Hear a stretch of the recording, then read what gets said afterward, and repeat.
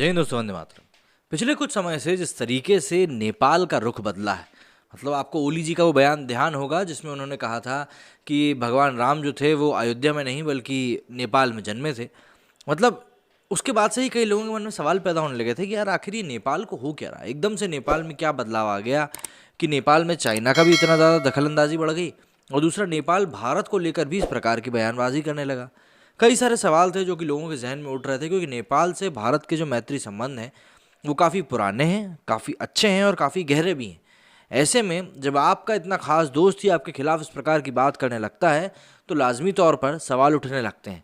और इन सवालों के उठने के बीच में जब आपको ये पता चले कि भाई सोनिया गांधी को एक बार मंदिर में घुसने से भी रोक दिया गया था, तो आपके दिमाग में और भी कई सारे सवाल खड़े हो जाएंगे कि यार आखिर ये चल क्या रहा है। नेपाल के कपिलवस्तु के सांसद अभिषेक प्रताप शाह ने कहा कि नेपाल को हिंदू राष्ट्र से कम्युनिस्ट देश बनाने में तब की दिल्ली सरकार का भी दबाव था।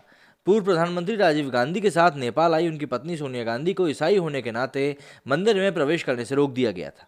नेपाल की परंपरा के अनुसार पशुपतिनाथ मंदिर में गैर हिंदुओं का प्रवेश पूर्ण रूप से वर्जित है।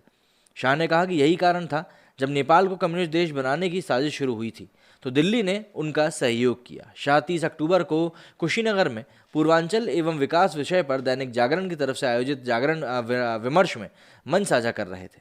बदलते परिवेश में भारत नेपाल संबंधों के सत्र में शामिल शाह ने कहा कि ये भारत और नेपाल के धार्मिक संबंध तोड़ने की एक कोशिश थी जो अब भी जारी है।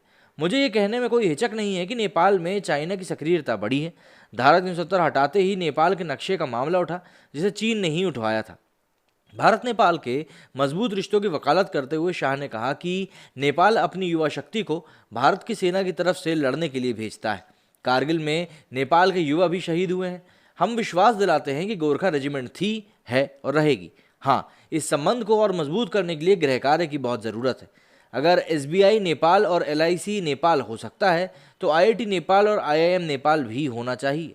सांसद ने कहा कि नेपाल की मेधा भारत से साझा होगी तो ये रिश्ते और भी ज़्यादा मजबूत होंगे।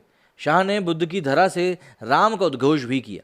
ओली कहते हैं कि नेपाल में भी अयोध्या है, अच्छा है, अब दो राम मंदिर बनेंगे, एक अयोध्या में और एक नेपाल में।